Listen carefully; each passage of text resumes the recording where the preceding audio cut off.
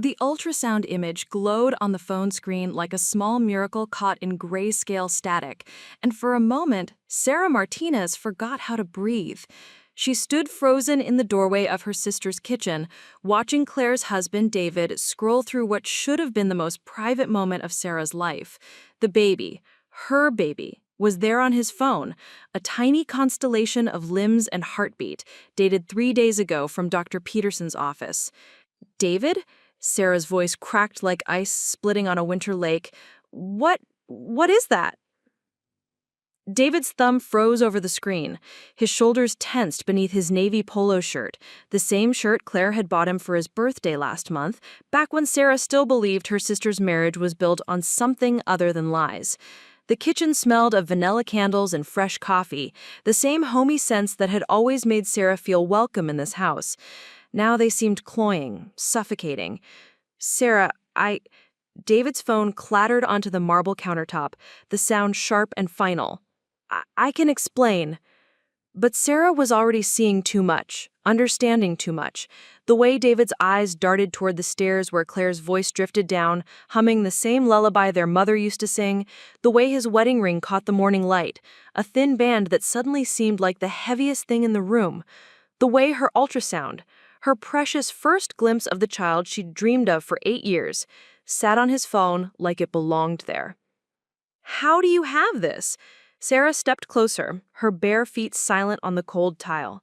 She'd kicked off her shoes at the door out of habit, the same habit she'd maintained since they were children, sharing secrets and scraped knees in this very house, back when Claire was her protector, her champion, the sister who'd promised they'd have babies together someday, and raise them like cousins should be raised. David ran his hand through his graying hair, the same gesture he'd made 3 months ago when Claire had announced her 3rd miscarriage. Sarah had held her sister that night, felt Claire's tears soak through her sweater, listened to her whisper that maybe some women just weren't meant to be mothers.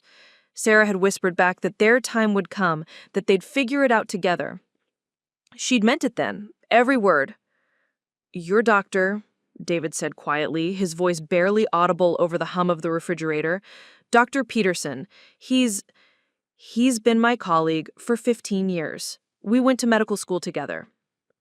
The world tilted. Sarah gripped the counter's edge, her knuckles white against the dark stone. Dr. Petersen, who'd held her hand during the fertility treatments, who'd smiled when the pregnancy test finally showed 2 lines after years of heartbreak, who'd promised her that this pregnancy was different, viable, strong, who'd printed out that ultrasound with tears in his own eyes and told her she was going to be an amazing mother. He broke doctor-patient confidentiality? Sarah's voice was a whisper, but it cut through the morning stillness like a scream. "He gave you my medical records?" "Not gave. Sarah, you have to understand. Claire has been through so much. The miscarriages, the failed IVF attempts, the way she looks at baby clothes in store windows. She's been so broken. And when Marcus mentioned he had good news about a pregnancy..." "Marcus?" Sarah's heart stopped. Dr. Marcus Petersen, who'd been David Rodriguez's best man at his wedding with Claire, who'd vacationed with them in Cabo last year, who'd sat at their dinner table countless times, who'd known Sarah since she was 12 and scraped her knee falling off her bike in their driveway, back when Claire was her protector, her champion, the sister who'd promised they'd have babies together someday and raise them like cousins should be raised. David ran his hand through his graying hair. "You told you about my pregnancy at dinner, didn't he? Like I was just gossip." His silence was confirmation enough. The stairs creaked and Claire's voice grew closer. "David, who are you talking to?" She appeared in the doorway, her blonde hair still mussed from sleep, wearing the silk pajama set that had been Sarah's Christmas gift to her. Claire's blue eyes, the same blue eyes Sarah saw in her own mirror every morning, took in the scene. David's guilty posture, Sarah's pale face, the phone lying between them like evidence at a crime scene. "What's going on?" Claire asked. But her voice had changed. There was something guarded in it now, something that made Sarah remember all the times Claire had lied as a child. Small lies, usually, about broken dishes or stolen cookies or whether she'd finished her homework. But lies nonetheless, delivered with that same careful tone. Your husband has my ultrasound on his phone, Sarah said, surprised by how steady her voice sounded. From my appointment 3 days ago. Claire's face went through a series of expressions. Surprise, confusion, and then something else. Something that looked almost like resignation. "Oh," she said softly. "Oh, Sarah." "Oh?" Sarah's composure cracked. "That's all you have to say? Oh?" "I asked him to get it," Claire said, her chin lifting in the defiant gesture Sarah remembered from childhood arguments. "Marcus mentioned you were finally pregnant, and I needed to see it. I needed to know it was real." The admission hit Sarah like a physical blow. She stumbled backward, her hip bumping against the kitchen island where they'd made Christmas cookies last year, where they'd planned their parents' anniversary party, where they'd sat and cried together over Claire's fertility struggles just 3 months ago. "You asked him to violate my privacy?" Sarah's voice rose, and somewhere in the house, the old grandfather clock their parents had left them both chimed 9 times. "You asked your husband to get my private medical information from my doctor?" "It's not like that," Claire started. But Sarah cut her off. "Then what is it like, Claire? Because from where I'm standing, it looks like my sister and my doctor's best friend all decided that my pregnancy was community property." Claire's eyes filled with tears, but Sarah found she didn't care. Not the way she usually did. Not the way she had every other time Claire had cried in this kitchen over the unfairness of reproductive biology and the cruelty of empty wombs. "You don't understand what it's like. To watch everyone else get pregnant while your body fails you over and over again. To smile and congratulate people while your arms stay empty. To pretend you're happy when inside you're dying." "I don't understand." Sarah's laugh was hollow, bitter. "Claire, I've been trying to get pregnant for 8 years. 8 years. Of negative tests, of failed fertility treatments, of watching you and everyone else in our family have babies while I went home to an empty nursery I'd painted 3 different times." "But you never lost any," Claire said, and her voice was sharp now, cutting. "You never had to hold a baby that couldn't breathe, never had to plan a funeral for someone you'd already named." The words hung in the air between them, cruel and true. Sarah had never miscarried, but only because she'd never been pregnant until now. She'd suffered the different kind of heartbreak that came with month after month of emptiness, the grief of dreams deferred so long they started to feel impossible. "So that gives you the right to steal this from me?" She gestured toward the phone, toward the image of her baby that shouldn't have been anyone else's to see. "The right to turn my first pregnancy into your trauma?" "I wasn't stealing anything," Claire said, but her voice lacked conviction. "I just wanted to see. I wanted to know what it looked like when it worked, when the baby was actually going to make it." Their father, when he disappointed them, this woman who'd held her hand during their mother's funeral and promised they'd always take care of each other, this woman who'd become a stranger sometime when Sarah wasn't paying attention. "When I was 16, Sarah said quietly, I found your diary. Did you know that? You'd hidden it under your mattress, and I was making your bed while you were at Jennifer's sleepover. I opened it, started reading about your crush on Tommy Martinez from biology class." Claire's face went white. "Sarah, I read 1 page. 1 page about how you'd kissed him behind the gym and how you were scared Mom would find out. And then I closed it, put it back exactly where I found it, and never told anyone, not even you. Do you know why?" Claire shook her head, tears streaming down her cheeks now. "Because it was yours. Because some things are supposed to be private, even between sisters. Because love means respecting boundaries, not bulldozing through them because you're hurting." David had been silent through this exchange, but now he cleared his throat. "Sarah, I should have asked you first. I should have respected your privacy. I'm sorry." She looked at him, This man who'd been part of her family for 7 years, who'd carved the Thanksgiving turkey and fixed her leaky faucet and listened to her cry about her fertility struggles over countless bottles of wine. "You're a doctor, David. You took an oath to do no harm. How is this not harm? You didn't think I deserved to share my own news in my own time?" Sarah's voice was steady again, but underneath it was a current of something dangerous. "You didn't think I might want to be the one to tell my family I was pregnant? You didn't think I might want to process this miracle privately for even a few days before it became public property?" The silence stretched between them, broken only by the distant sound of a neighbor's lawnmower and the soft tick of the clock. Sarah looked around this kitchen that had once felt like home, at the sister who'd once been her best friend, at the brother-in-law who'd once felt like the brother she'd never had. "I was going to tell you today," Sarah said finally. "I'd planned a whole thing. I was going to give you a coffee mug with Aunt Claire written on it. I'd already bought it. It's in my car right now, wrapped in tissue paper." Claire's sob was raw, broken. "Sarah, please. I'm so sorry. I'm so sorry."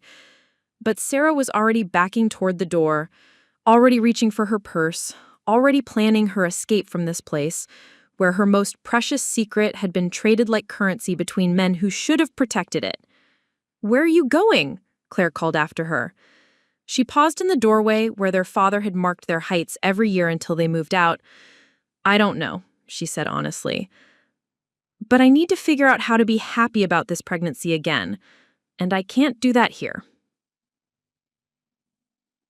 She left them standing in the kitchen, Claire crying and David looking like he'd swallowed glass. She slipped her shoes back on and walked to her car, where a coffee mug wrapped in yellow tissue paper sat in the passenger seat waiting for a celebration that would never come. As she drove away from the house where she had learned to ride a bike and had her first heartbreak and buried her mother's ashes in the rose garden, Sarah pressed her hand to her still flat belly and whispered, "I'm sorry, little one. I'm sorry your aunt already broke your trust before you're even born." She didn't know where she was going, but she knew she couldn't go back. Not yet. Maybe not ever. Some betrayals were too deep, cut too close to the bone. And this one, this violation of the most sacred moment of her life, felt like the kind of wound that might never fully heal. The ultrasound image was still burned into her memory, that grainy black and white photograph of hope made visible. But now it was contaminated, tainted by the knowledge that it had been passed around like gossip, examined by people who had no right to it, reduced from miracle to medical curiosity. Sarah pulled into the parking lot of the lake where she and Claire used to swim as children, where they'd made plans and shared dreams and promised each other they'd always be sisters first, everything else second. She turned off the engine and sat in the silence, trying to remember what it felt like to be happy about being pregnant. It had only been 3 days since she'd seen that heartbeat fluttering on the monitor, only 3 days since Dr. Petersen had smiled and said, "Congratulations, Mom."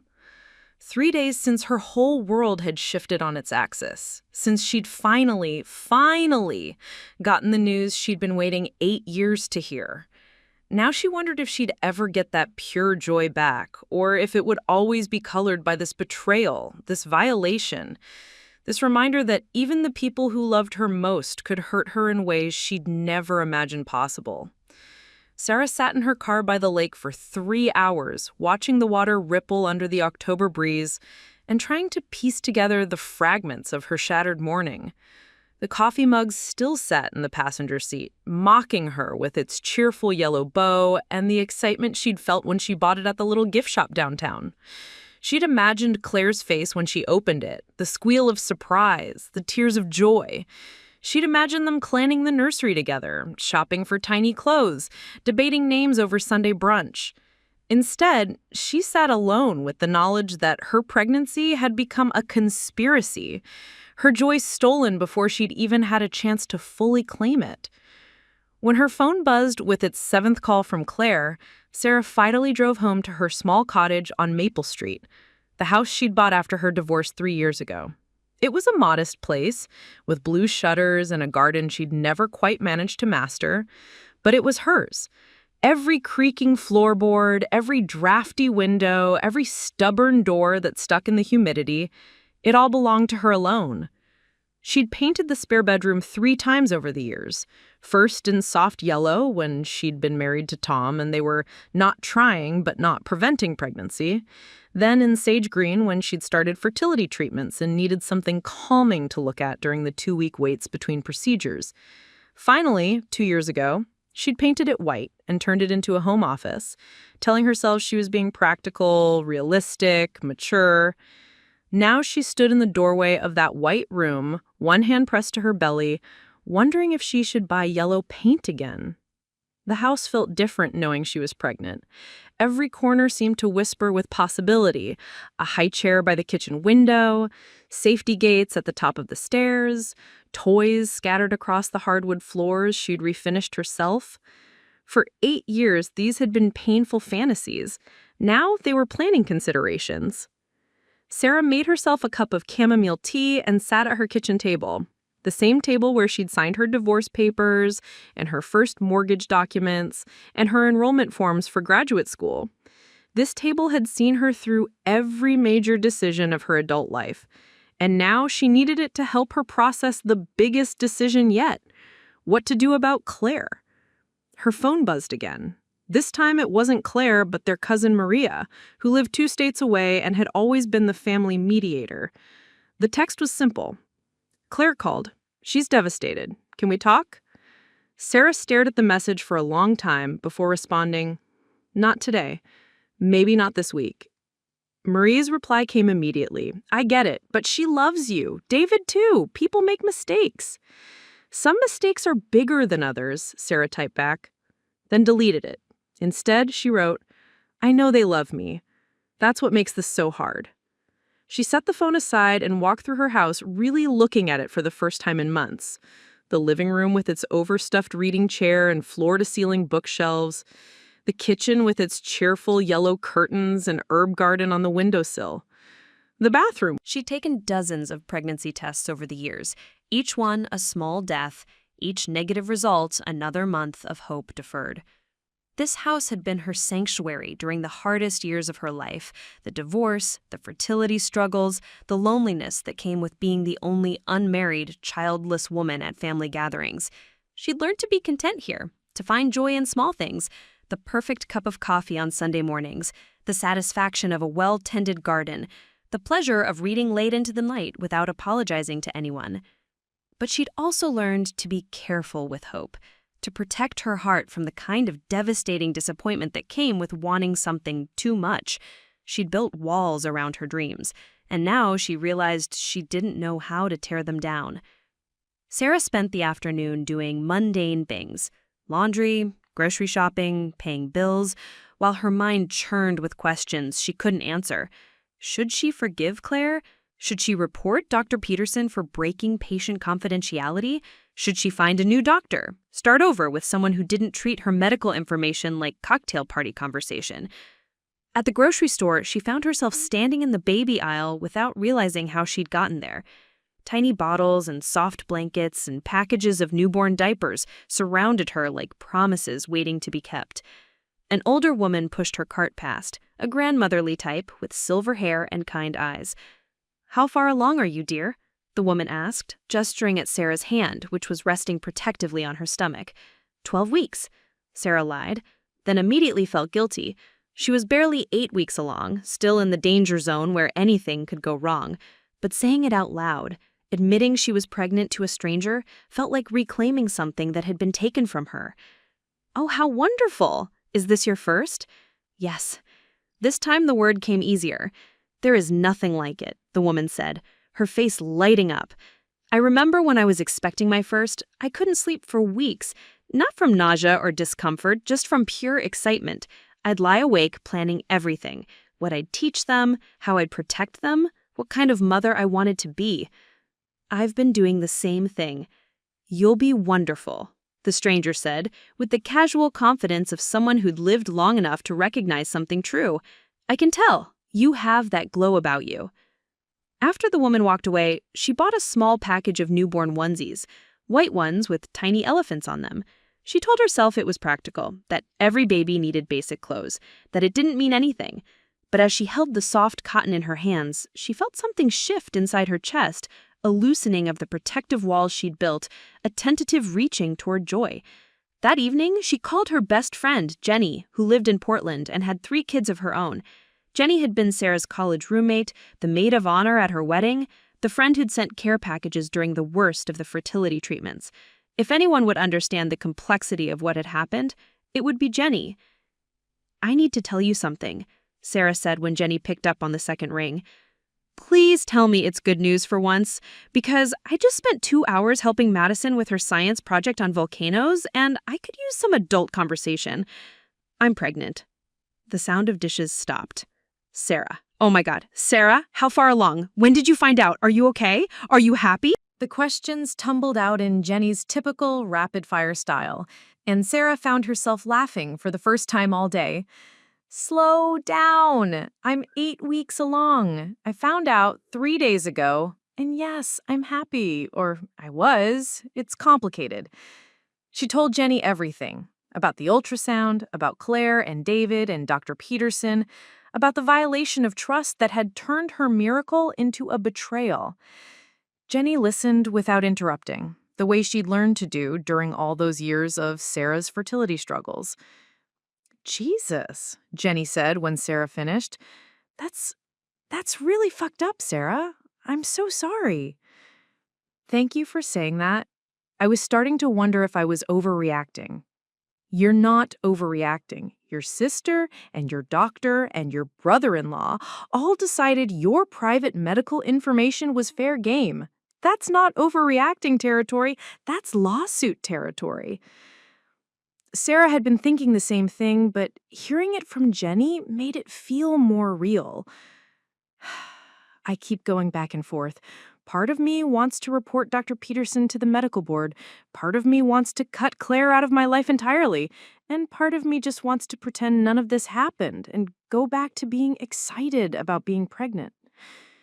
"Those all sound like reasonable options," Jenny said. "What does your gut tell you?" Sarah pressed her free hand to her stomach again, a gesture that was becoming automatic. "My gut tells me this baby deserves to be celebrated, not turned into collateral damage in a family war. But I don't know how to separate my joy from my anger." "Maybe you don't have to," Jenny said gently. "Maybe it's okay to be both happy and furious. Maybe that's what this situation calls for." They talked for another hour, with Jenny sharing stories about her own pregnancy complications and family dramas, the kind of stories that reminded Sarah she wasn't alone in navigating the messy intersections of love and hurt. When they hung up, Sarah felt steadier, more grounded in her own experience. She made herself dinner, scrambled eggs and toast, something simple that wouldn't aggravate the mild nausea she'd been experiencing, and sat at her kitchen table with a notebook. At the top of the page, she wrote, "Things I want for this baby." The list started simple: health, happiness, safety. But as she continued writing, it grew more specific, more personal. She wanted this child to know they were wanted, planned for, celebrated from the very beginning. She wanted them to grow up in a family that respected boundaries, that asked permission before sharing private information, that understood the difference between love and control. She wanted them to have the kind of relationship with their aunt that Sarah had always dreamed of having with Claire, one built on mutual respect rather than assumed access to each other's lives. By the time she finished the list, it was dark outside. Sarah folded the paper carefully and tucked it into her jewelry box, next to the wedding ring she'd stopped wearing 3 years ago and the ultrasound photo she'd hidden there this morning. Someday, she thought, she'd show this list to her child. Someday they'd laugh about how her mother had tried to plan their entire personality before they were even born. But tonight, writing that list had helped her remember something important. This pregnancy was hers. The joy, the fear, the anticipation, the responsibility, all of it belonged to her and the child growing inside her. Claire's betrayal couldn't take that away unless Sarah let it. She got ready for bed slowly, taking time to really look at herself in the bathroom mirror. She didn't look pregnant yet, wouldn't for weeks probably, but there was something different in her face, something she hadn't noticed before today's chaos. A softness around her eyes, maybe. A sense of purpose that hadn't been there a week ago. "We're gonna be okay," she whispered to her reflection, to the baby she couldn't yet see. "I don't know how to fix what happened today, but I know we're gonna be okay." As she brushed her teeth, she made a mental list of things she needed to do tomorrow. Call Dr. Petersen's office and request a copy of her medical records, research her options for report The confidentiality breach, decide whether she wanted to find a new obstetrician. Practical things, necessary things, the kind of administrative tasks that would help her feel in control again. But she also made a different kind of list. Buy prenatal vitamins, research childbirth classes, start thinking about names. The kind of things that would help her remember why she was fighting for her privacy in the first place. In bed, with her hand resting on her still flat belly, Sarah tried to imagine the conversations she'd have with this child someday. How would she explain that their aunt had violated their privacy before they were even born? How would she teach them about forgiveness without teaching them to accept violations of their boundaries? These were the kinds of questions she'd never expected to face as a new mother. She'd imagined worrying about feeding schedules and sleep patterns and whether the baby was reaching developmental milestones. She'd never imagined having to protect her unborn child from the people who were supposed to love them most. But maybe that was part of motherhood too, learning that love and protection weren't always compatible, that sometimes keeping someone safe meant disappointing the people who claim to have your best interests at heart. Sarah fell asleep with her hand on her stomach, dreaming of a future where her child would grow up knowing they were wanted, protected, and valued for who they were rather than what they represented to other people's dreams and disappointments. The next morning brought 17 missed calls from Claire, 4 voicemails Sarah couldn't bring herself to listen to, and a text message from their father that simply read, "Call your sister." Sarah deleted all of it without responding and drove to Dr. Petersen's office instead. The waiting room looked the same as it had 3 days ago when she'd walked out clutching her first ultrasound photo like a winning lottery ticket. The same soft green walls, the same inspirational posters about the miracle of birth, the same plastic chairs filled with pregnant women in various stages of anticipation. But everything felt different now, contaminated. Sarah sat rigidly in her chair, watching other patients and wondering if Dr. Petersen was sharing their private moments with his dinner party friends too. "Sarah Martinez?" The nurse's voice was cheerful, oblivious. "Dr. Petersen will see you now." Dr. Marcus Petersen looked older than Sarah remembered, his silver hair slightly disheveled, and his usually warm smile strained. He'd been her doctor for 3 years, had walked her through 2 failed IVF cycles and countless disappointed months with patience and genuine kindness. She'd trusted him with her most vulnerable hopes, had cried in this very office when each treatment failed, and had hugged him when the pregnancy test finally came back positive. "Sarah," he said, closing the door behind her, "I understand you have some concerns about patient confidentiality." "Concerns?" Sarah's voice was sharp. "Doctor, you shared my ultrasound with your friend. You discussed my pregnancy at a dinner party. You violated my trust in the most fundamental way possible." Dr. Petersen sank into his chair, suddenly looking every one of his 62 years. "David called this morning. He told me what happened, how you found out. Sarah, I owe you a profound apology." "Yes, you do. But I need more than an apology. I need to understand how this happened.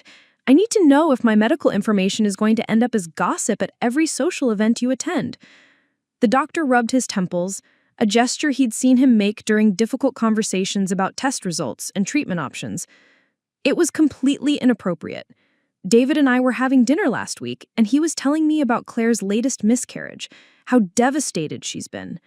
When he mentioned that she felt like she was watching everyone else achieve what she couldn't, I mentioned that I had good news for your family, that someone was finally going to have the baby they'd been trying for."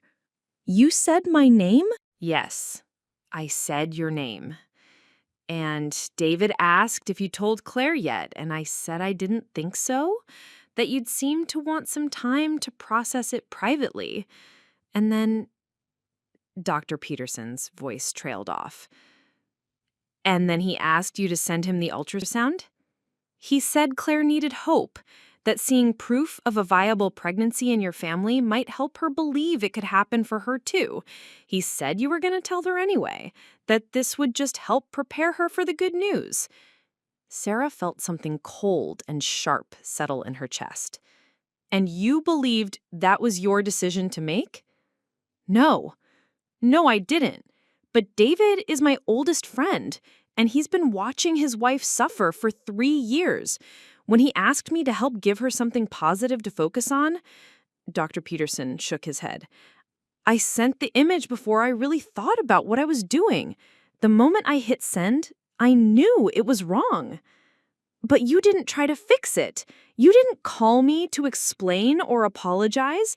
You just let me walk into that house completely unprepared to find my private medical information on someone else's phone. I should have called you immediately. I should have found a way to warn you, to apologize, to give you the choice of how to handle the situation. Instead, I acted like a friend first and a doctor second, and that's inexcusable. Sarah studied his face, this man who'd held her hand during the darkest moments of her fertility journey. She could see genuine remorse there, real understanding of what he'd done wrong. But she could also see the same paternalistic impulse that had led him to make this choice in the first place. The assumption that he knew what was best for the women in his care, that his friendships superseded his professional obligations. I want copies of all my medical records, and I want them today. I'm transferring to a different practice. Sarah, please. I understand you're angry, and you have every right to be. But we've been through so much together. I know your medical history better than any other doctor could. Changing providers now, when you're finally pregnant, could complicate your care. My care was already complicated the moment you decided my privacy was negotiable. Dr. Petersen was quiet for a long moment. You're right. You're absolutely right. I'll have your records ready by the end of the day. And, Sarah, I know this doesn't fix anything, but I am truly, deeply sorry. I've been a doctor for 30 years, and I've never made a mistake this fundamental. The fact that it's your first time doesn't make it hurt less. It just makes it more devastating, because I trusted you more than I've ever trusted any medical professional.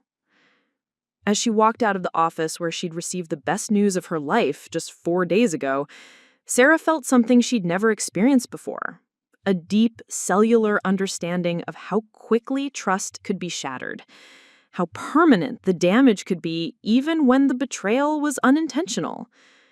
Her phone rang as she reached her car. Claire's name appeared on the screen, and for a moment she considered answering, but she wasn't ready. She might not be ready for weeks. Instead, she drove to the hospital across town where Dr. Rebecca Chen had been recommended by Jenny as the most thorough, respectful OB in the city. Dr. Chen's office was busier, more impersonal, but when Sarah explained her situation to the receptionist, she was squeezed in for an appointment that afternoon. Dr. Chen was younger than Dr. Petersen, maybe 45, with an efficient manner and kind eyes behind wire-rimmed glasses.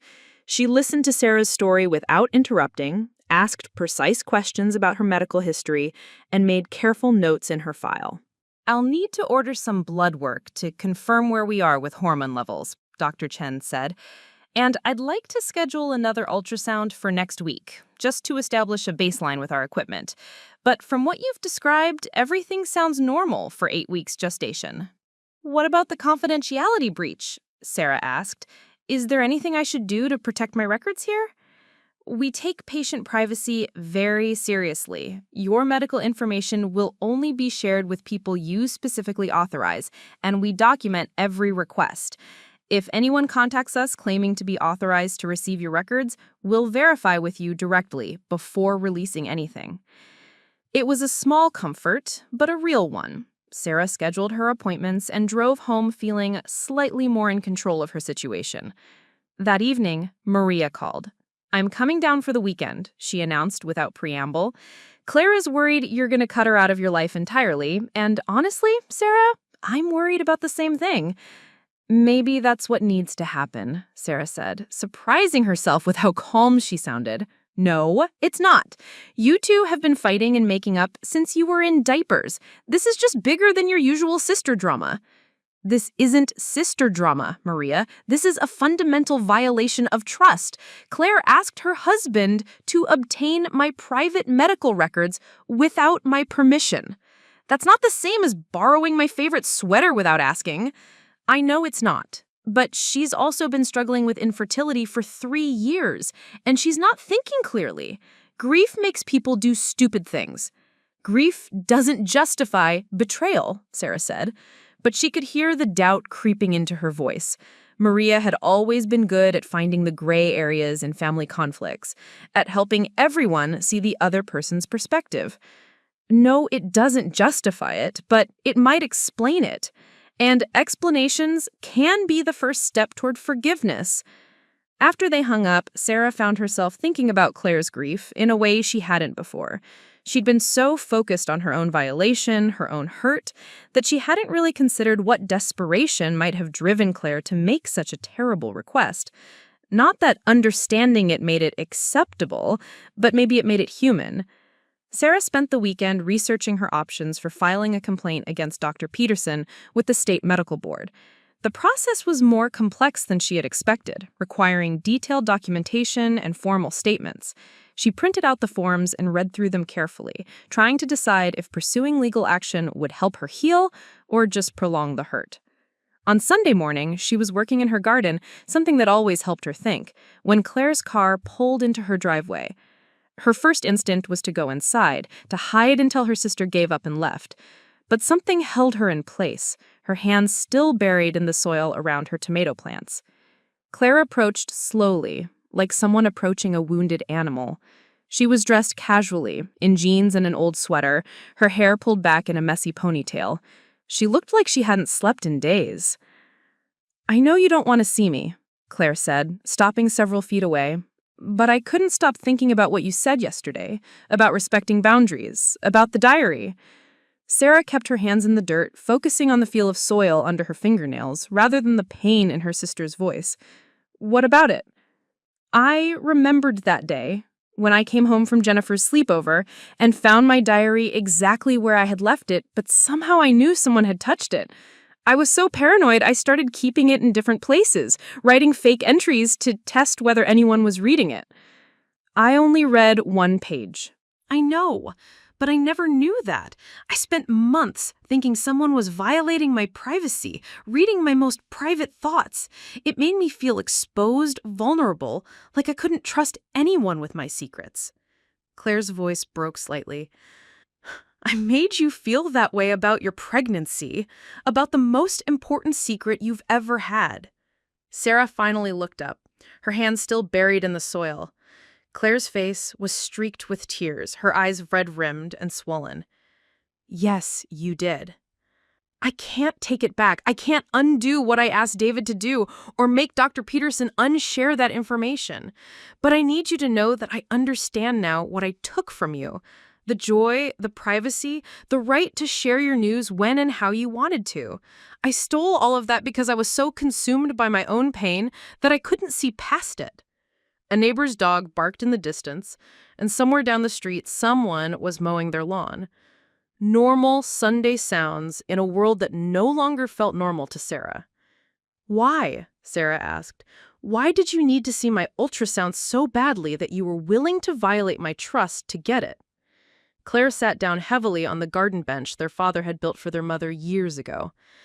"Because I was drowning, Sarah. I've been drowning in grief and failure for 3 years, and when Marcus mentioned you were pregnant, I felt like I was going under completely.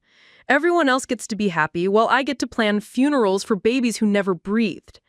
So you decided to steal my happiness? No, God, no. I thought if I could see proof that pregnancy could work in our family, that babies could actually survive, maybe I could believe it might happen for me too. I thought your ultrasound might give me hope instead of just more evidence that I'm broken. Sarah pulled her hands out of the soil and wiped them on her gardening gloves. Did it? Did seeing my baby give you hope? Claire was quiet for so long that Sarah thought she might not answer. When she finally spoke, her voice was barely above a whisper. No, it just made me realize how far I've fallen, how much I've lost myself in this grief. The woman who asked her husband to betray her sister's trust isn't someone I recognize. She's not someone I want to be. But you were that woman. You did ask David to get my ultrasound. Yes, I did. And I have to live with that choice, and you have to decide if you can forgive me for it. Claire looked directly at Sarah for the first time since arriving. I'm not asking you to forget what I did or pretend it didn't happen. I'm just asking you not to give up on us completely. Sarah stood up slowly, her knees protesting from kneeling in the garden. I don't know how to forgive this, Claire. I don't know how to trust you with my pregnancy or my baby when you've already proven that your grief is more important to you than my boundaries. It's not more important, it was just louder. So loud I couldn't hear anything else, including my own conscience telling me what I was asking for was wrong. That's not good enough, Sarah said, and Claire flinched as if she'd been slapped. I need more than an explanation. I need to know that this won't happen again, that the next time you're in pain, you won't decide my privacy is expendable. How can we prove that to you? I don't know. Maybe you can't. Sarah pulled her hands out of the soil and wiped them on her gardening gloves and faced her sister fully. Maybe some things can't be fixed with apologies and good intentions. They stood in silence for several minutes, the weight of broken trust hanging between them like smoke. Finally, Claire stood up from the bench. I brought you something, she said, reaching into her purse. She pulled out a small wrapped package and set it on the garden table. I know it doesn't fix anything, but I wanted you to have it. What is it? Open it. Sarah unwrapped the package carefully, revealing a delicate silver necklace with a small pendant. A mother and child, intertwined and peaceful. Claire! I bought it the day after Marcus told David about your pregnancy. Before I asked for the ultrasound. Before I made all those terrible choices. I bought it because I was genuinely happy for you. Because I wanted to celebrate your miracle, even though my heart was breaking. Sarah held the necklace up to the light, watching it catch the morning sun. It's beautiful. I almost didn't bring it. I thought you might not want anything from me right now. But then I realized that keeping it would be another way of stealing from you. This necklace represents the person I was before grief turned me into someone I don't recognize. The sister who loves you unconditionally, who celebrates your victories even when they highlight my failures. I can't wear this right now, Sarah said honestly. Maybe someday, but not now. I understand, but I wanted you to have it anyway, as proof that part of me was genuinely happy for you before I ruined everything. Claire walked back toward her car, then paused and turned around. Sarah, I know you're changing doctors, and I understand why, but whoever you choose, whatever you need, rides to appointments, someone to go with you to ultrasounds, help setting up the nursery. I want to be that person for you. If you'll let me. I don't know if I can let you back into this pregnancy, Sarah said.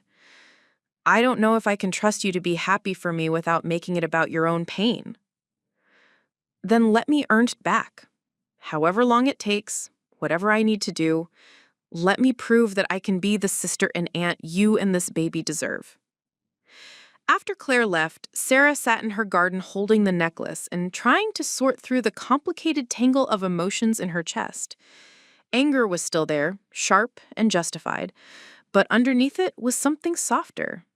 Grief for the relationship she'd thought she had with Claire, sadness for the sister who was drowning in her own disappointment, and a tiny, fragile hope that maybe they could find their way back to each other.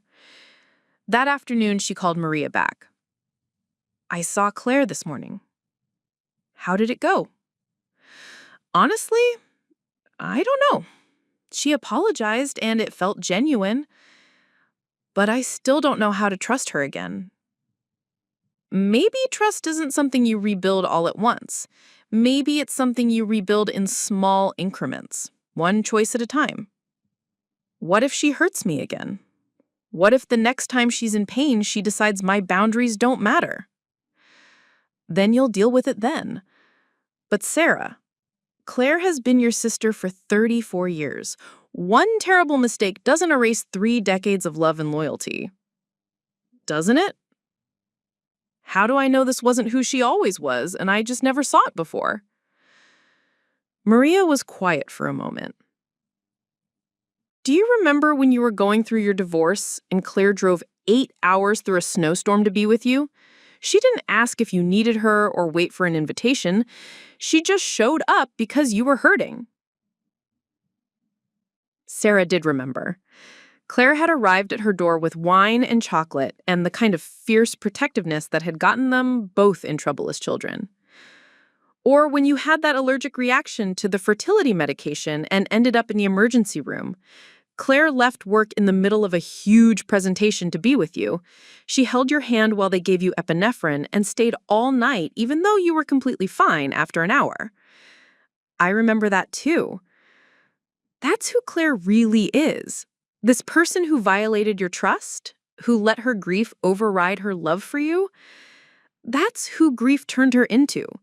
But it's not who she fundamentally is. After they hung up, Sarah found herself looking through old photo albums, searching for evidence of who Claire really was, beneath the desperate woman who'd betrayed her trust. There was Claire at Sarah's college graduation, beaming with pride. Claire at Sarah's wedding, crying during the vows. Claire holding Sarah's hand in the hospital when their mother died, whispering promises that they'd take care of each other forever. The evidence was overwhelming. Claire had spent 34 years being a loyal, protective, loving sister. The woman who'd asked David to violate Sarah's privacy was an aberration, a grief-stricken version of herself that didn't represent the whole truth of who she was. But knowing that didn't make the hurt disappear. It didn't make Sarah ready to trust her sister with her pregnancy or her baby. It just made the situation more complicated, more nuanced than simple anger would have allowed. That evening, Sarah called Dr. Chen's office and left a message about scheduling her next ultrasound. As she hung up, she realized she was facing a choice. She could let Claire's betrayal poison her entire pregnancy experience, or she could find a way to reclaim her joy while still protecting her boundaries. The second option felt harder, but healthier.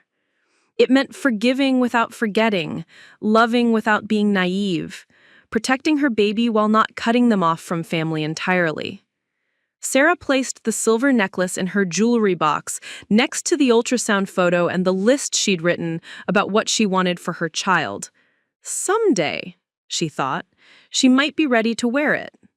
Someday, she might be ready to trust Claire to be the aunt this baby deserved. But today wasn't that day. Today was just the first step in what would be a long journey back to some version of the relationship they'd once had.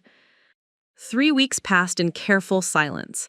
Sarah established care with Dr. Chen, attended her first prenatal appointment alone, and began the delicate process of learning to be excited about her pregnancy again.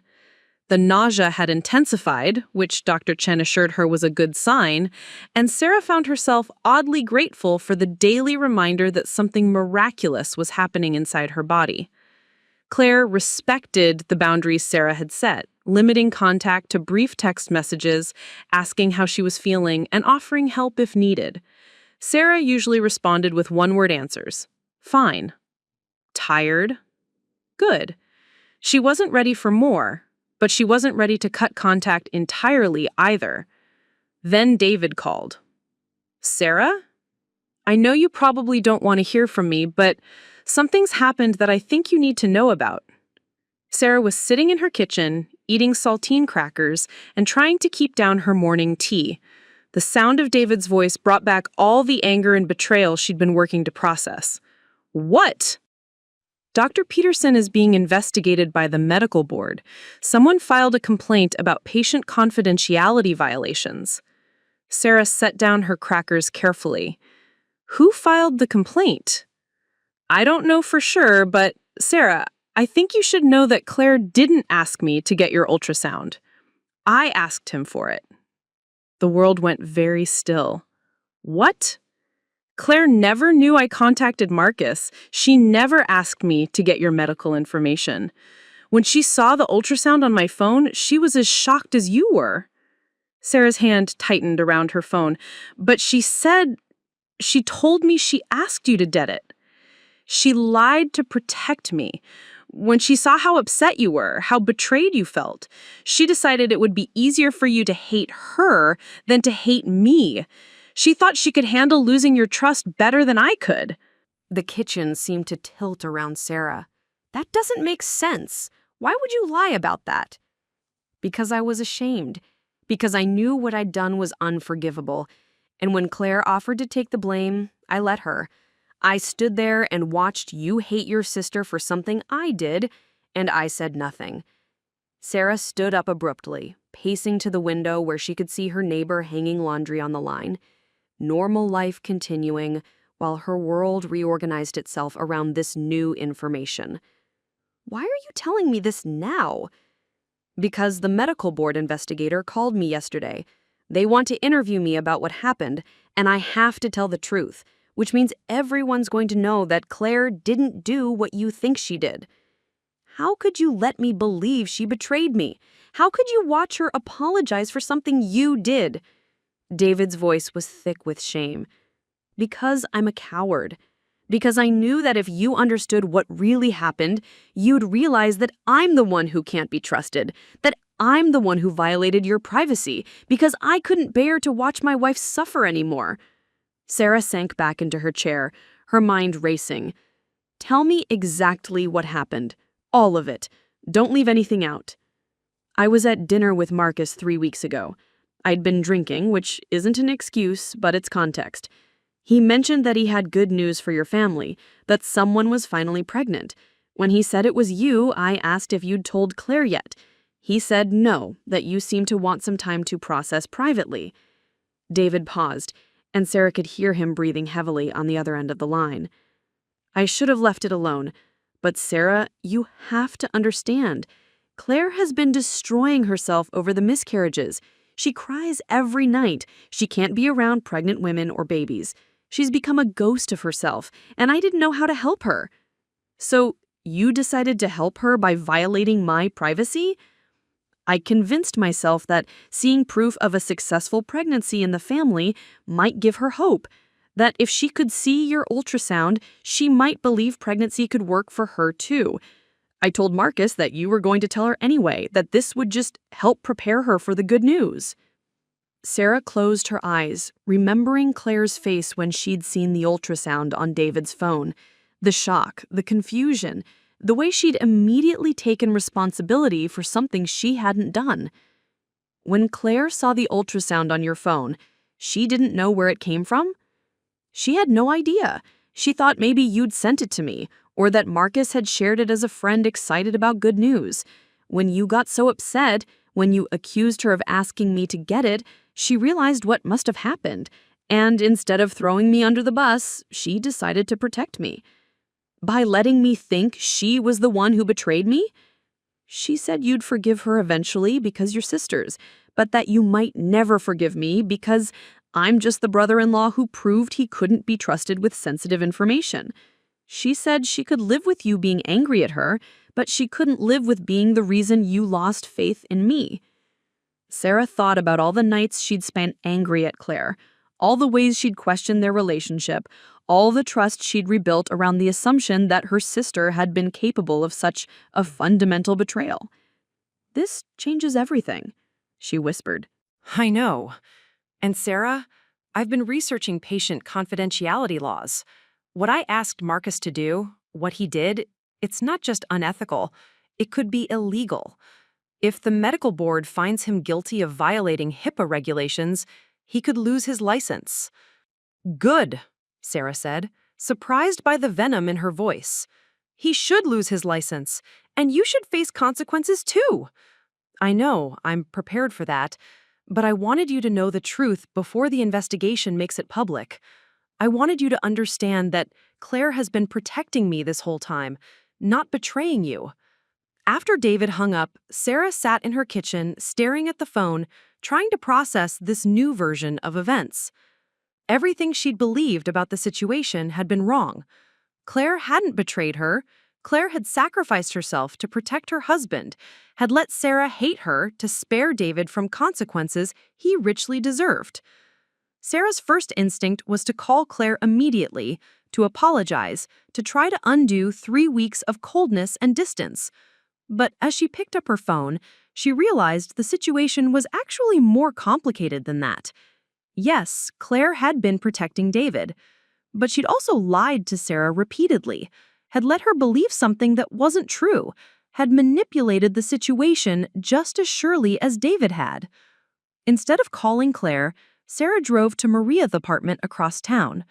Maria was the family truth teller, the one who could help Sarah sort through the complex emotions this revelation had stirred up.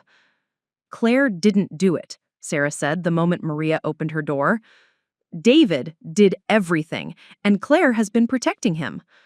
Maria's face went through several expressions before settling on resignation.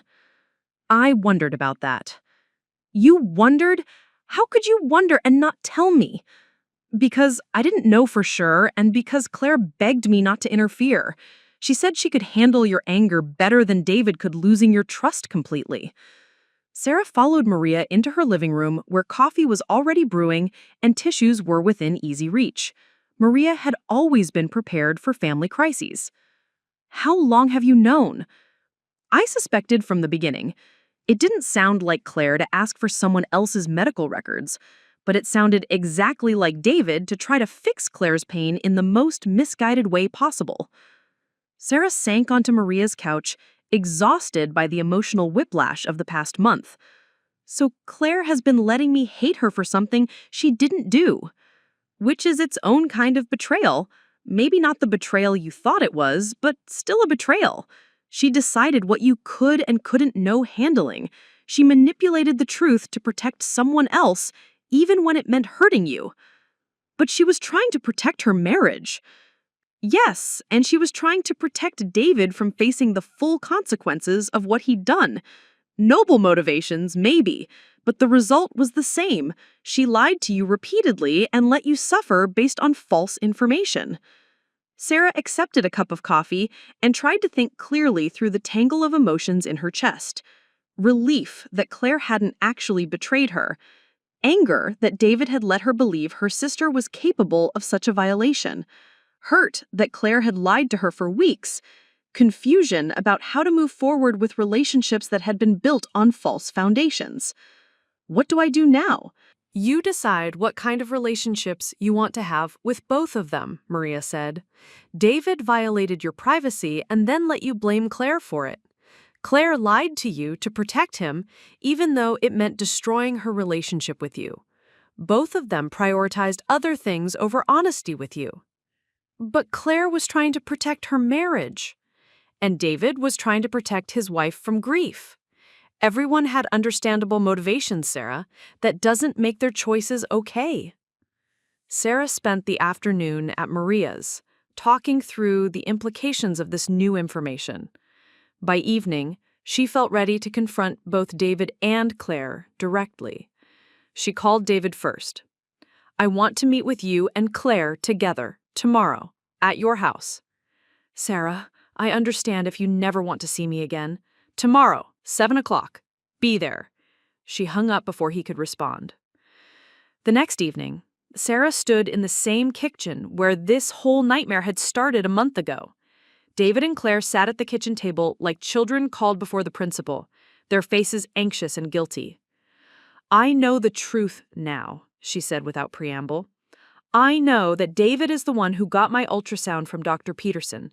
I know that Claire has been lying to me for a month to protect him. Claire's eyes filled with tears, but she didn't speak. I want to hear it from both of you. The complete truth. No more protecting each other, no more deciding what I can and can't handle knowing. I want the whole story. David told it from the beginning. The dinner with Dr. Petersen, the desperation to help Claire find hope, the moment he decided to ask for Sarah's ultrasound, watching Sarah discover the image on his phone, the split-second decision to let Claire take the blame, and the weeks of watching Claire suffer for his choices. Claire's version was different, but complementary. The shock of seeing the ultrasound, the realization of what David must have done, the instant decision to protect him by claiming responsibility, the calculation that Sarah would eventually forgive a sister but might never forgive a brother-in-law, the growing weight of the lie as days turned into weeks. Why? Sarah asked when they'd both finished. Why was protecting David worth destroying our relationship? Claire wiped her eyes with a tissue that was already soaked through. Because I thought our relationship was strong enough to survive my betrayal, but his relationship with you wasn't strong enough to survive his. Because I thought you'd forgive me eventually, but you might cut him out completely.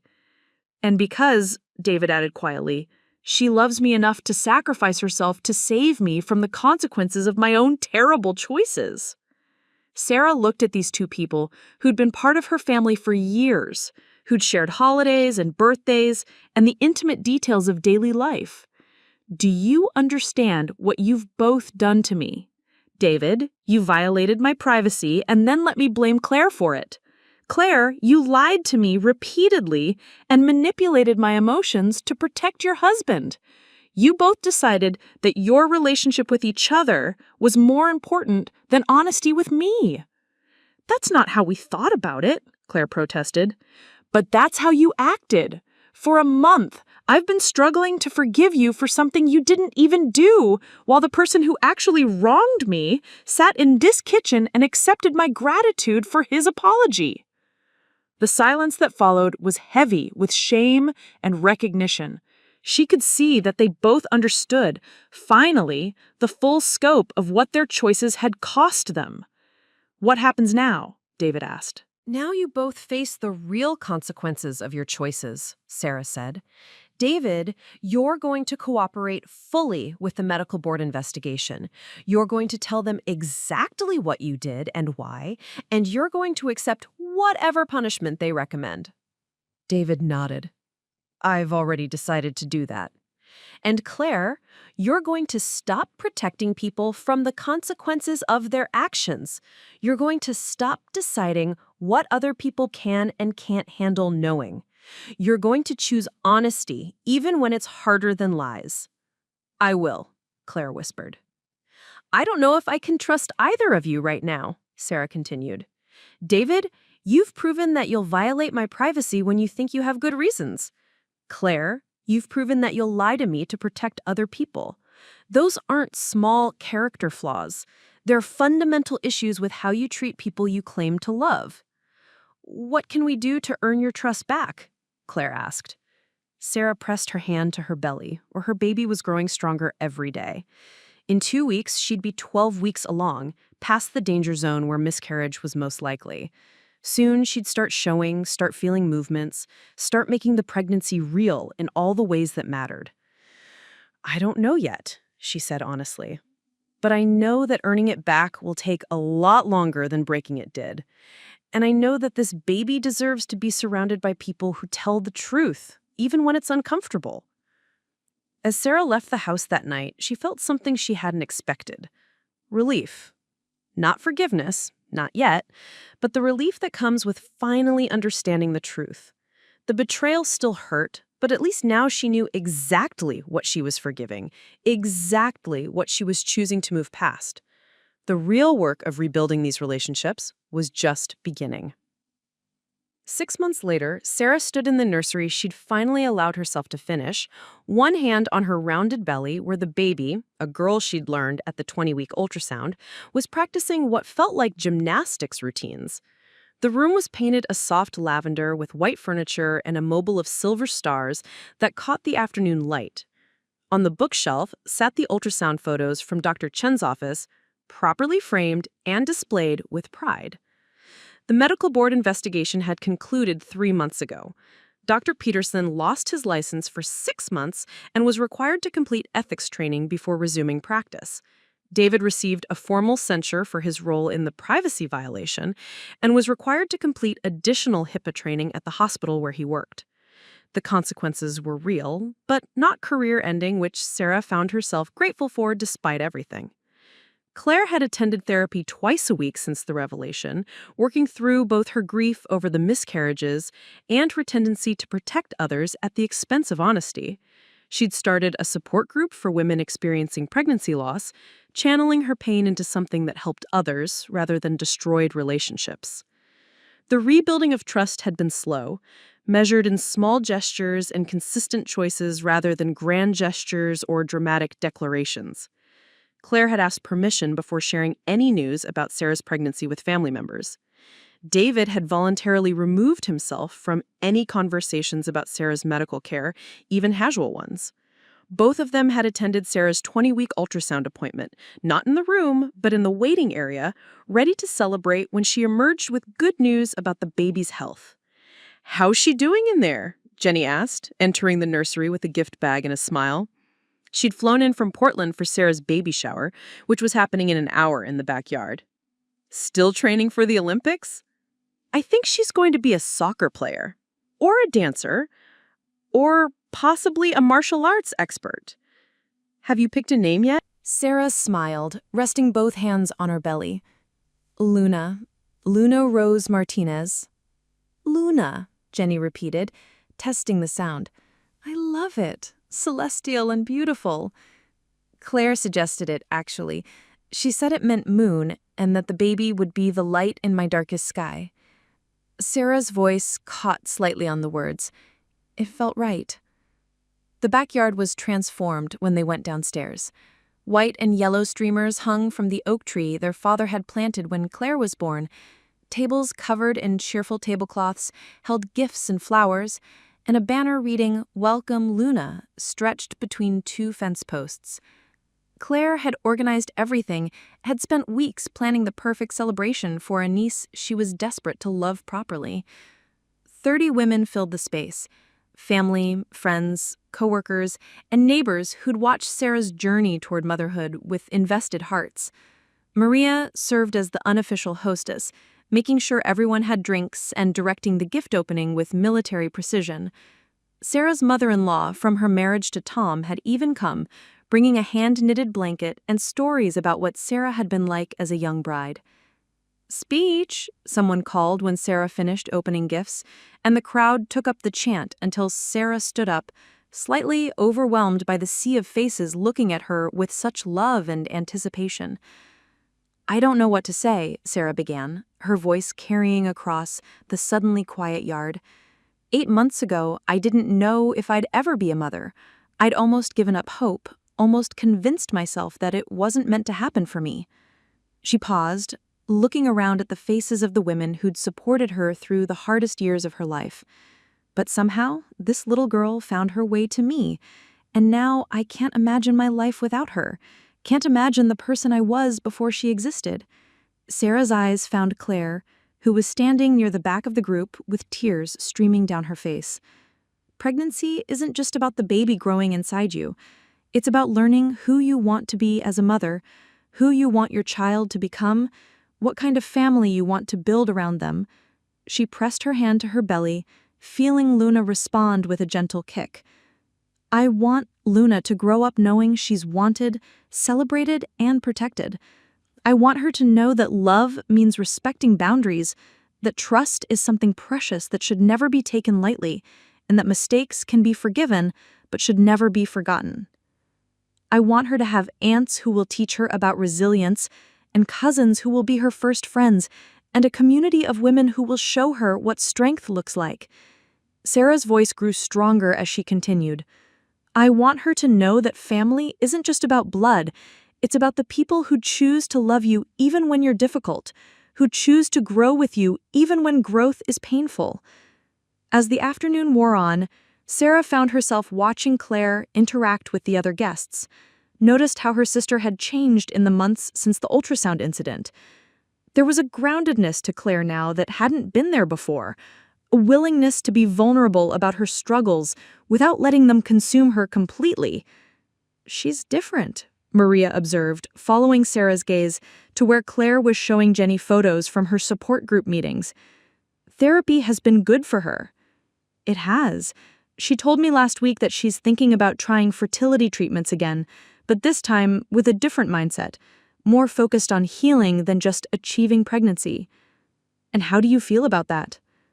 Sarah considered the question while watching Claire laugh at something Jenny had said.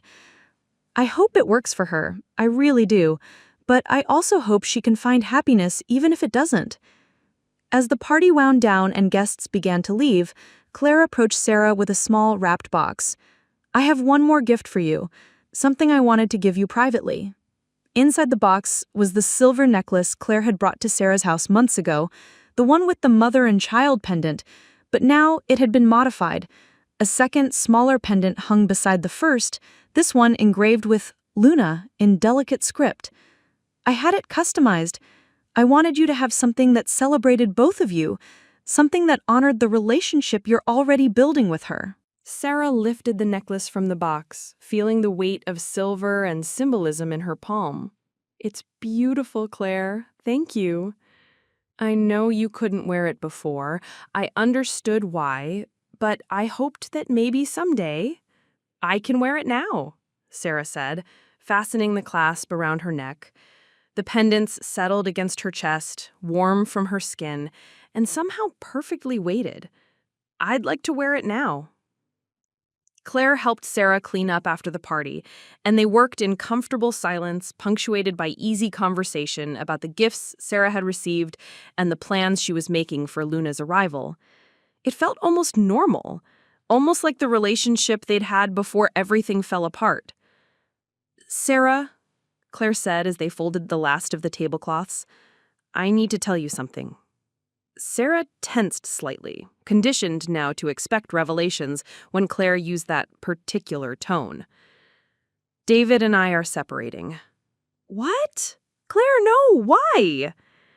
Claire sat down heavily on the back porch steps, looking older than her 36 years.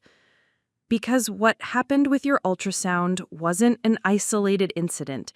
It was a pattern of David thinking he knew what was best for me, making decisions about my life without consulting me, trying to manage my emotions instead of just supporting me through them. Sarah sat down beside her sister, processing this unexpected news. When did you decide this? It's been building for months. The therapy helped me see that David's need to fix my grief was actually preventing me from processing it properly.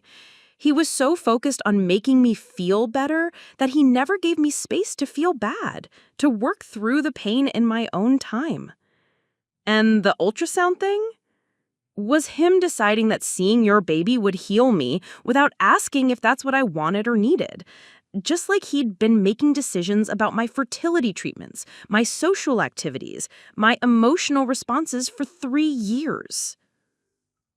Sarah felt a complex mix of emotions: sadness for Claire's pain, worry about her sister's future, and a strange sense of vindication that David's controlling behavior had extended far beyond the privacy violation.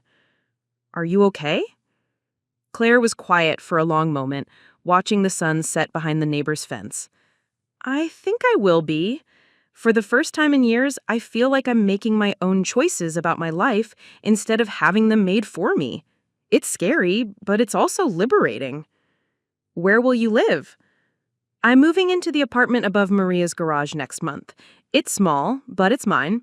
And I'll be close to family, but not dependent on anyone. As they sat together in the growing darkness, Sarah felt something shift in her understanding of their relationship. Claire wasn't just the sister who'd betrayed her trust, she was also the sister who'd been trapped in her own life, who'd let other people make decisions for her until she'd forgotten how to make them for herself. "I'm proud of you," Sarah said, "for choosing yourself, for doing the hard work in therapy, for building something new instead of just trying to fix what was broken.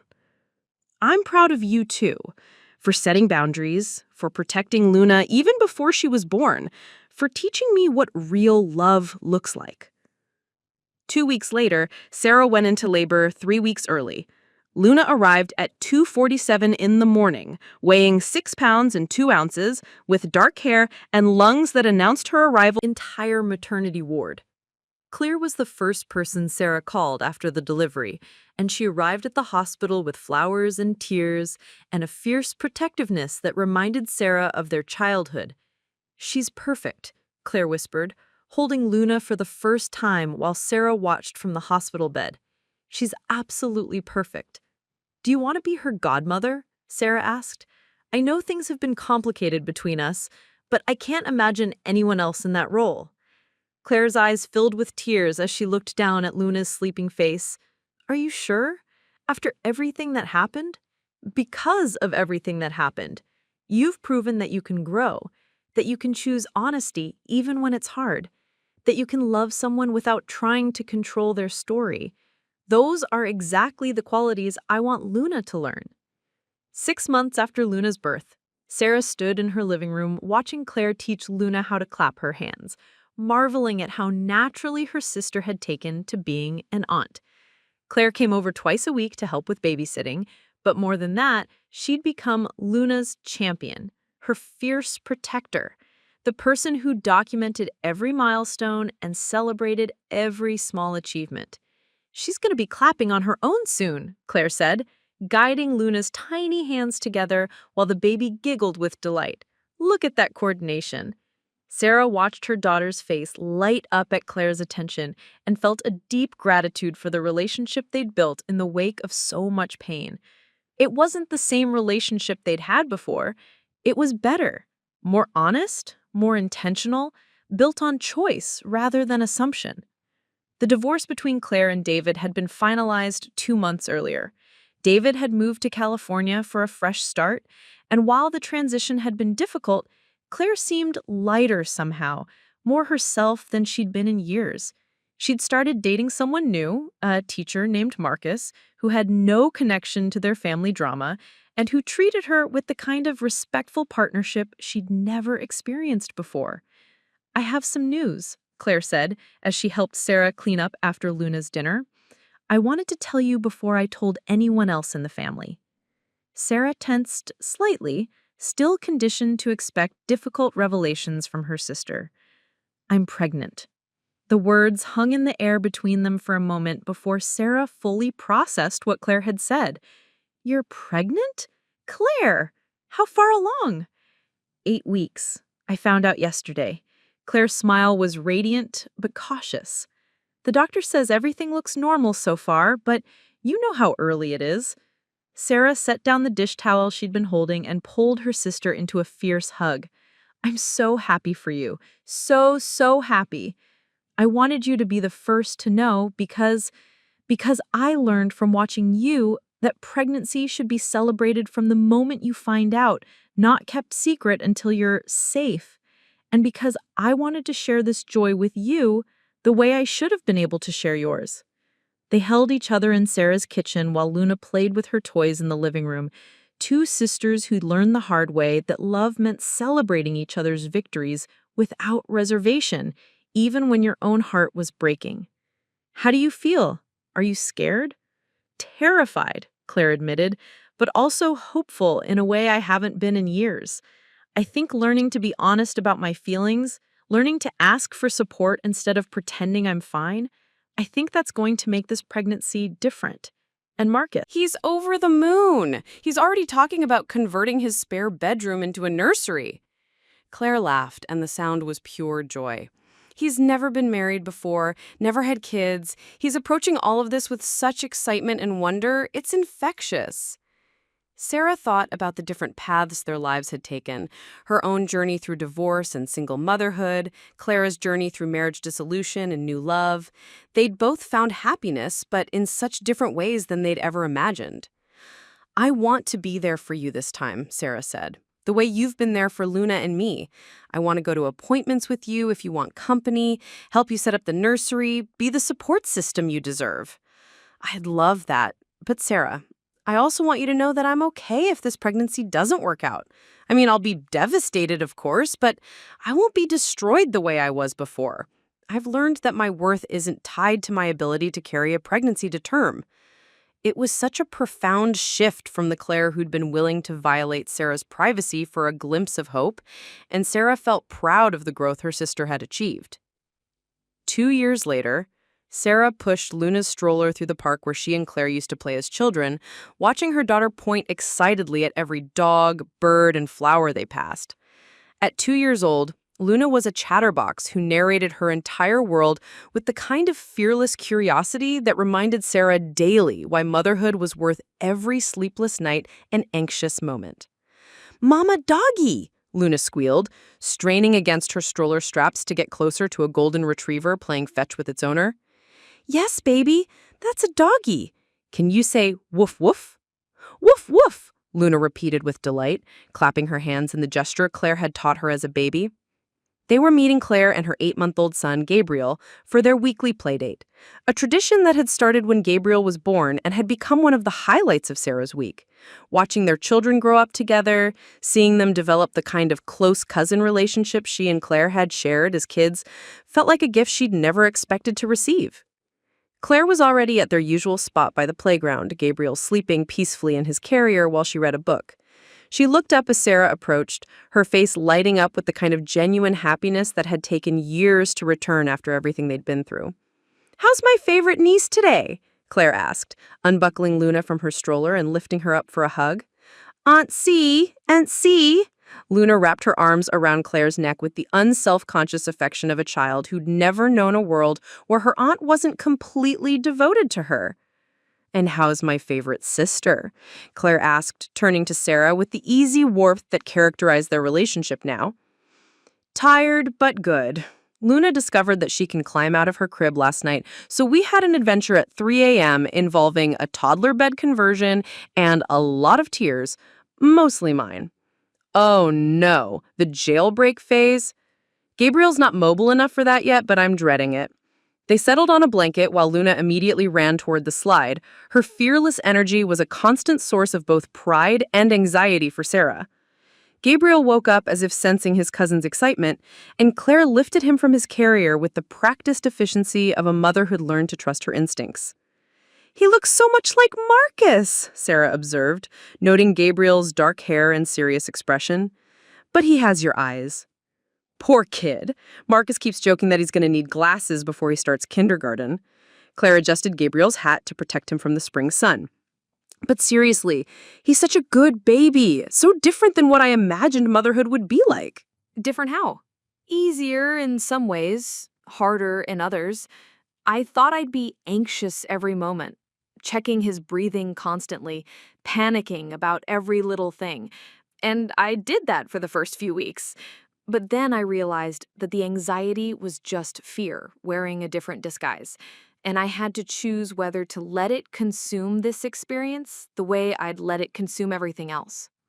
Sarah watched her sister with Gabriel, noting the relaxed confidence in the way Claire held him, fed him, responded to his needs.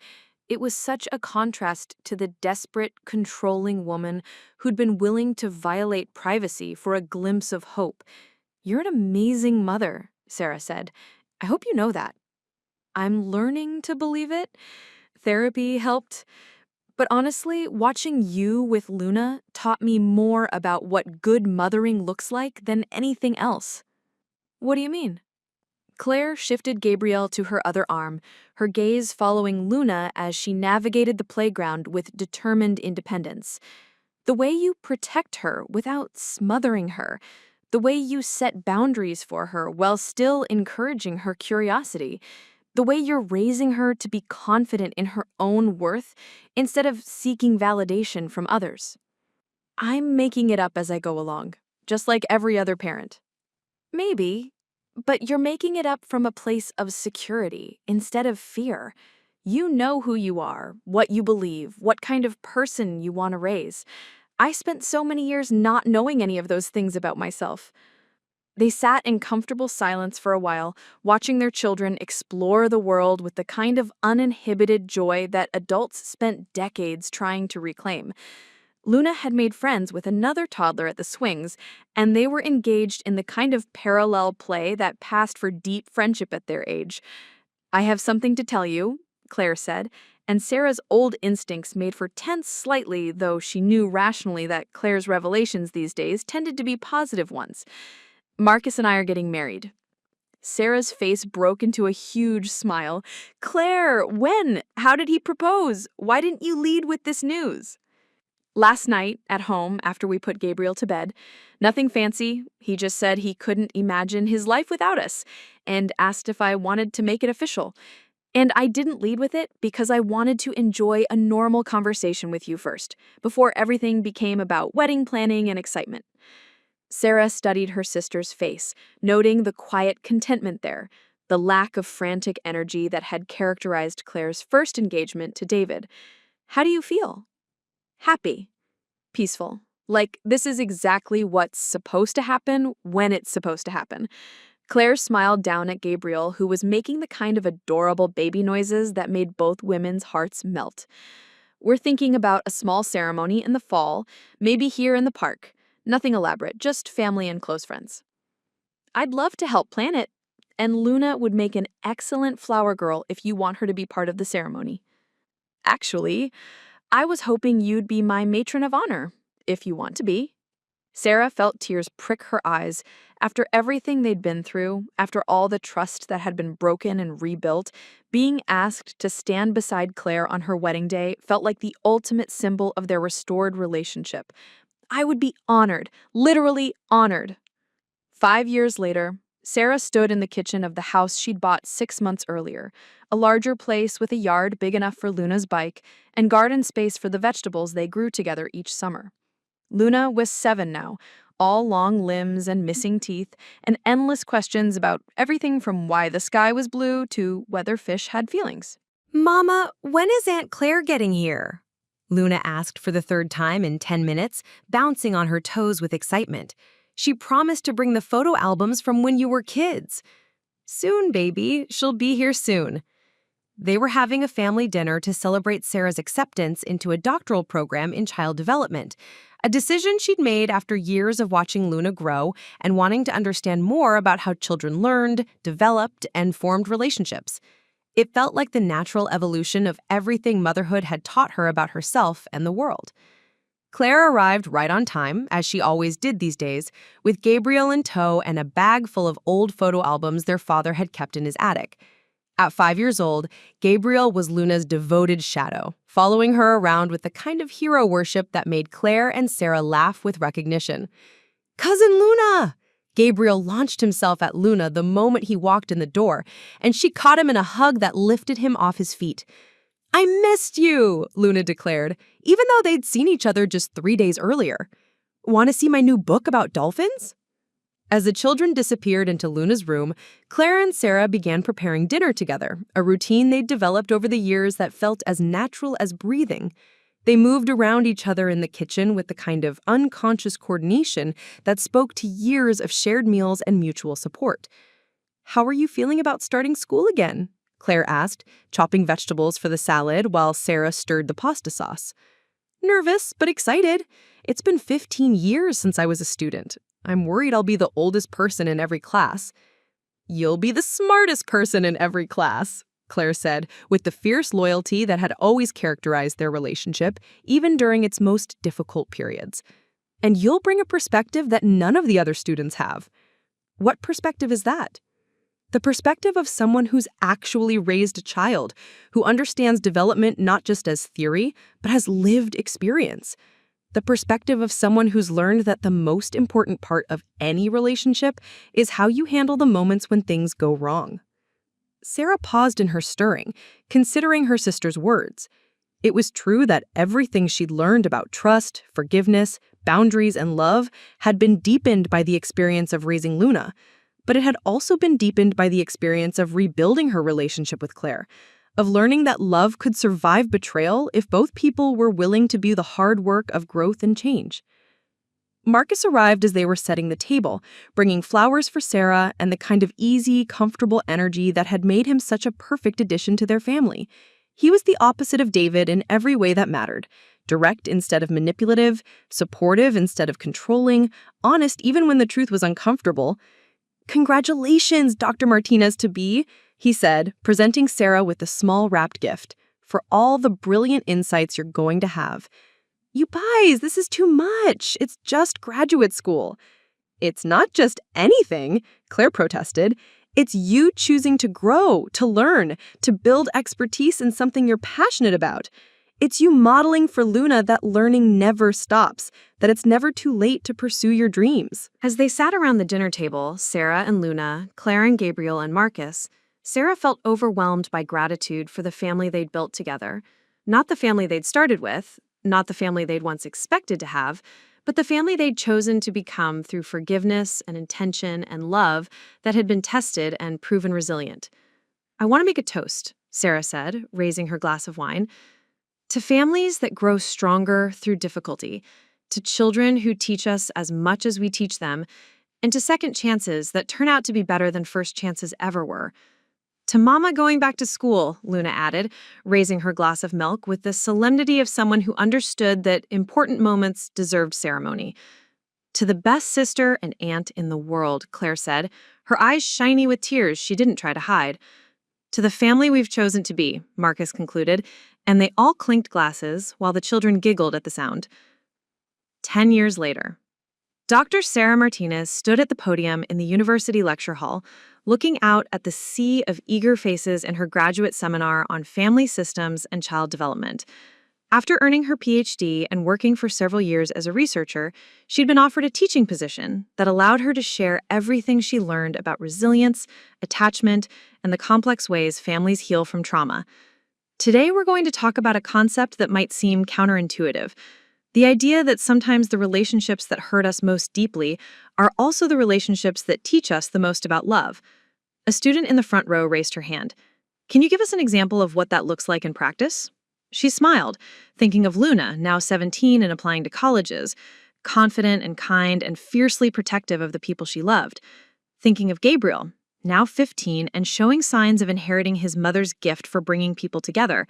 Thinking of Claire, who'd become a counselor specializing in reproductive trauma and who helped other women navigate the complicated intersection of grief and hope. Imagine a family where trust is broken in a fundamental way, where someone's privacy is violated, where lies are told to protect feelings, where the people who love you most prove they're capable of hurting you deeply. The students leaned forward, intrigued by the complexity she was describing. The easy response would be to cut those people out of your life, to protect yourself from further hurt, and sometimes that's the healthiest choice.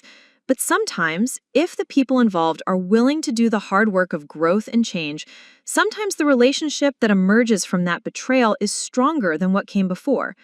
"How do you know which relationships are worth saving?" another student asked. "You look at their response when confronted with the harm they've caused.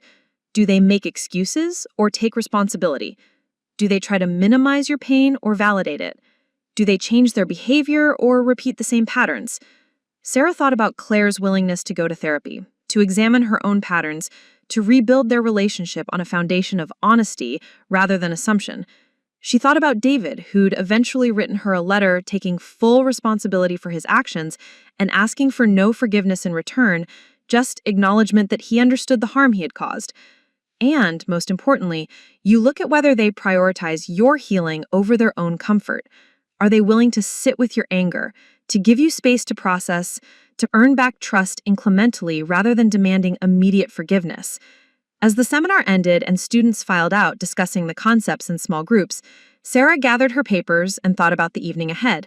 Luna was home from college for spring break, and they were having dinner with Claire and Gabriel and Marcus the week. Tradition that had sustained them through Luna's entire childhood and adolescence. Luna met her in the parking lot, having driven over from her part-time job at the campus bookstore.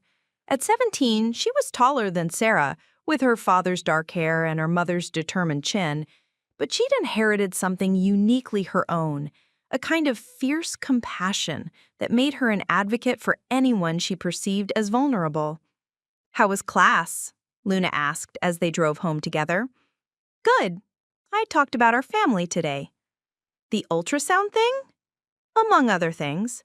Sarah had told Luna the full story when she was old enough to understand it, wanting her daughter to know that even good people could make terrible choices and that forgiveness was possible, but not automatic. "Do you ever regret forgiving Aunt Claire?" It was a question Luna had asked before, usually when she was processing her own conflicts with friends or boyfriends. Sarah always answered honestly, knowing that Luna needed to understand that forgiveness was a choice that had to be made repeatedly, not just once. "I regret that it happened at all. I regret that your aunt had to suffer so much that she lost sight of right and wrong. I regret that your introduction to our family was complicated by adult drama. But no, I don't regret forgiving her. Our relationship now is built on truth instead of assumptions, and that makes it stronger." Even though she lied to you for weeks? Even though. Because she learned from those lies that protecting people from consequences doesn't actually help them grow. Because she chose honesty even when it cost her something. Because she became the kind of person I want you to learn from. At home, they found Claire already in the kitchen, starting dinner preparations with the efficiency of someone who'd been doing this for over a decade. Gabriel was at the kitchen table working on homework, his dark hair falling across his forehead in a way that reminded Sarah of Marcus at that age. "How's the college application process going?" Claire asked Luna, pulling her into the kind of fierce hug that had become their trademark greeting. "Stressful, but exciting. I think I know what I want to study." "What's that?" Sarah asked, realizing she hadn't heard this development yet. "Social work. Specifically, I want to work with families going through medical crises, help them navigate the system, advocate for patients' rights, make sure nobody falls through the cracks." Sarah felt a swell of pride that had nothing to do with academic achievement and everything to do with the person Luna was choosing to become. "That's wonderful, sweetheart. What made you decide on that?" "I've been thinking about all the stories you and Aunt Claire have told me over the years, about how hard it was when you were going through fertility treatments, about how isolating it felt when you couldn't trust your doctor, about how families need advocates when they're too overwhelmed to advocate for themselves." As Claire stopped chopping onions and looked at Luna with something like awe, "You want to be the person who protects other families from going through what we went through? I want to be the person who makes sure patients know their rights, who helps them ask the right questions, who stands up for them when medical professionals forget that they're dealing with human beings instead of just cases." As Sarah watched her daughter explain her career aspirations, she felt a deep sense of completion.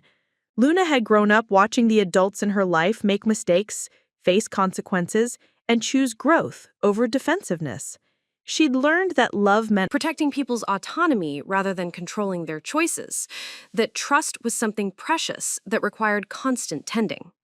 Most importantly, she'd learned that the most meaningful work often came from transforming your own pain into service for others. "I'm so proud of you," Sarah told Luna later that evening as they cleaned up after dinner. "Not just for your career choice, but for the person you've become. For your compassion, your integrity, your ability to see what needs fixing and decide to be part of the solution." "I learned from watching you and Aunt Claire," Luna said simply. "You showed me that relationships can survive almost anything if people are willing to do the work of healing. And you showed me that sometimes the hardest experiences make you stronger if you let them teach you instead of just breaking you." As Sarah tucked the memory of this conversation away in her heart, she thought about the ultrasound image that had started it all. That grainy black and white photograph of Luna before she was born, before she became the miraculous, complicated, beautiful person who'd taught Sarah more about love than she'd ever imagined possible. The betrayal that had threatened to destroy their family had instead become the catalyst for building something better. The violation of privacy that had felt unforgivable had taught them all about the difference between love and control, between protecting and smothering, between supporting and enabling. And Luna, sweet, fierce, compassionate Luna, had grown up watching the adults in her life choose growth over victimhood, forgiveness over bitterness, truth over comfortable lies.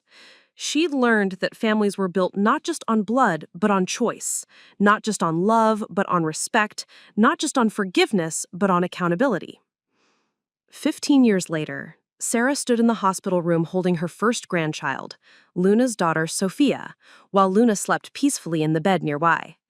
At 32, Luna had become everything Sarah had hoped she would: a successful patient advocate, a loving wife to her college sweetheart James, and now a mother herself. Claire sat in the chair beside the bed, tears streaming down her face as she watched Sarah cradle the newest member of their family. At 47, Claire was a grandmother herself. Gabriel had married young and already had 2 children of his own, but she approached each new baby in their extended family with the same wonder and joy she'd discovered when Gabriel was born. "She's perfect," Claire whispered, reaching out to touch Sophia's tiny hand. "Absolutely perfect." 10 fingers, 10 toes, and a very healthy set of lungs, Sarah confirmed, remembering Sophia's indignant cries when she'd first entered the world an hour earlier. Luna stirred in the bed, opening her eyes and immediately focusing on her daughter. "How is she?" "She's beautiful, sweetheart. She's absolutely beautiful." As Sarah carefully transferred Sophia to Luna's arms, she marveled at the circle of life that had brought them to this moment. This baby would grow up in a family that had learned hard lessons about trust and forgiveness, a family that valued honesty over harmony, boundaries over blind loyalty. Sophia would never know a world where her aunt wasn't completely devoted to her, where her grandmother wasn't a fierce protector of her autonomy, where love was confused with control, or support with enabling. She would grow up with the kind of family Sarah had always dreamed of, one built on choice and intention rather than just blood and assumption. "Aunt Claire," Luna said softly, "will you be Sophia's godmother?"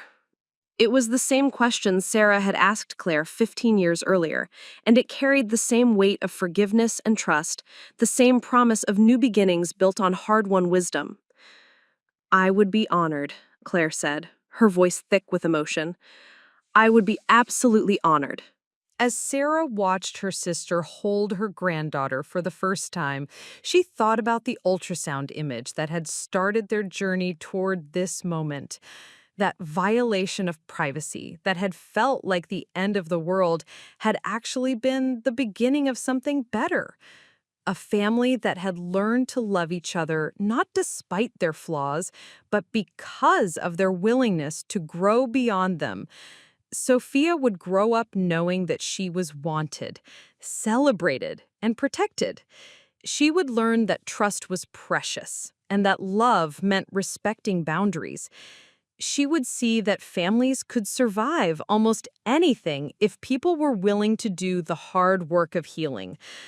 And someday, when Sophia was old enough to understand, Sarah would tell her the story of how their family learned that the deepest love sometimes required the hardest choices, and that forgiveness was not about forgetting the past, but about choosing to build something better in the future.